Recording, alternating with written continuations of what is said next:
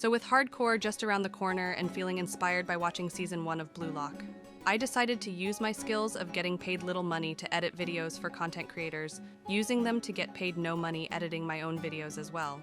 I have felt World of Warcraft needs more original content, with the majority of videos these days being guides, news, and people complaining about things. There are still some content creators making content worthy of praise, and I could be one of them. Those telling stories of great deeds and dumb adventures. With my ego stoked by a sports anime about soccer, I present to you the hardcore adventures of TinyGnomeGal.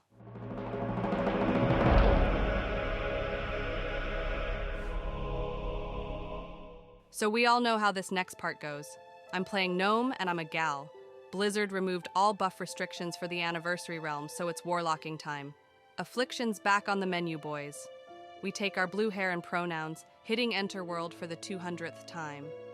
One Earl Bowen intro later and we're living the MMO dream. A busy starting zone, quest givers struggling with English. You must be the new Warlock! Fighting over mob tags, players with ambiguous names. Wait a minute! A dwarf gives us a quest to murder some wolves. You look as though you might need something to keep your hands warm, HM. So we can become John Malkovich. And I get the Tinder rap. I'm a Warlock content creator. I'm already going to hell anyway. Speaking of which, we get the power to set people on fire.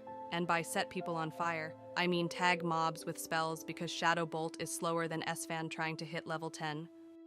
The Brother Grimm gives us a quest to collect some feathers from some trolls. The simplest of the summoning spells you will learn is that of the imp. But that's in a cave, so fuck that noise. Caves are where people go to die, so we'll be doing those when my Prozac wears off. The dwarf from earlier wants more things dead, so who am I to argue? Our Trogicide venture is interrupted, however, when we receive our first real social interaction of the night. I'm about to say, no dice, when I realize the servers have been up for under an hour, and this person already made 10 silver for a guild charter.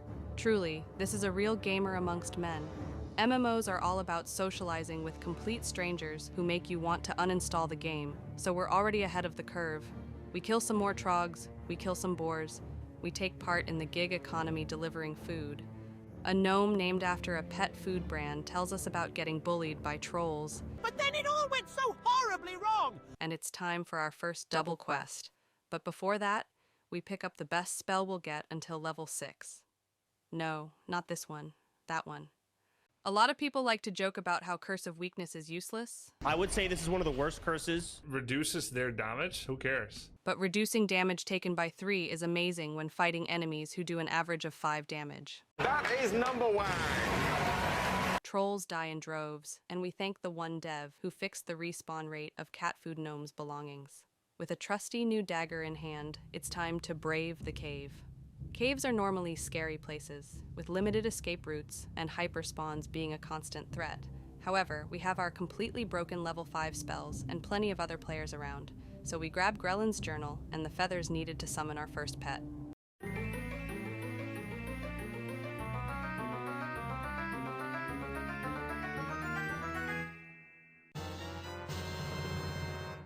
Belial is our first minion and surely won't get us killed.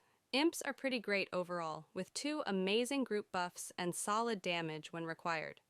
With the power of our sub-dom relationship, we shall conquer all trials before us. Normally, people tend to grind to level 6 before leaving the starting zone, but we're completely overpowered as a warlock right now. It's late, and I'm a bit tired, so the time has come to put on our big gal pants to make the journey to Thunderbrew Distillery. A short cave journey and some wildlife later, we ding level 6 so we can become officially broke learning class spells. We round out our first day, setting our hearthstone in Karanos and realizing it's a long walk to the herbalism trainer. Nobody who can teach you herbalism out here. For now though, we rest up. It's a long way to level 60 after all.